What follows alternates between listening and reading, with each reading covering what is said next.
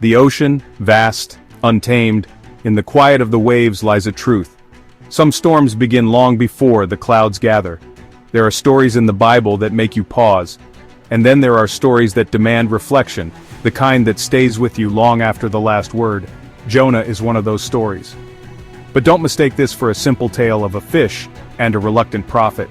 This is rebellion, mercy, and the unsettling reality of grace. And if you're willing to listen closely, you might hear echoes of your own story in Jonah's footsteps.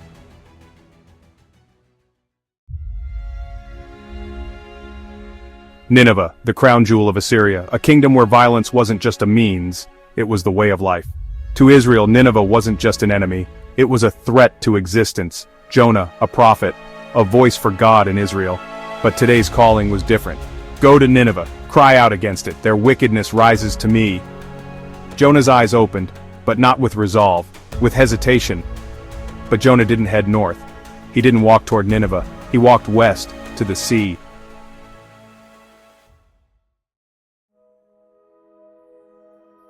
Joppa, the gate to the western world. Jonah paid for passage to Tarshish.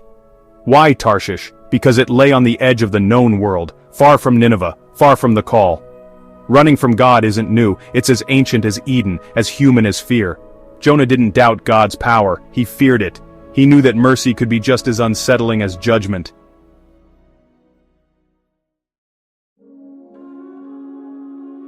But storms have a way of finding those who run. Above deck, panic. Below deck, Jonah slept. Isn't it strange how sometimes, in the eye of chaos, the heaviest heart finds rest? Jonah didn't deny it. He didn't plead. He knew that the storm was because of his disobedience. He simply said, "Pick me up and throw me into the sea." And with trembling hands, they did.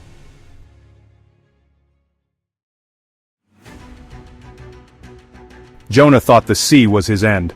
But grace swallows in strange ways. The fish wasn't punishment, it was preservation. 3 days. Jonah sat in the belly of that great fish, alone with his thoughts, alone with God. It took the stillness of darkness for Jonah to finally pray.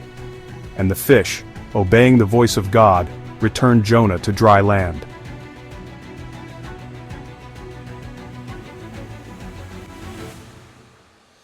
Jonah spoke, but not with passion, with simplicity. Yet Nineveh listened, because the words of God, no matter how reluctant, still carry weight. Kings stepped down, crowns lowered.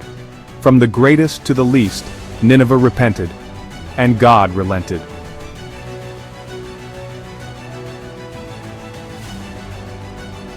But Jonah wasn't celebrating. Mercy felt like injustice. It's a strange thing when God's compassion offends us.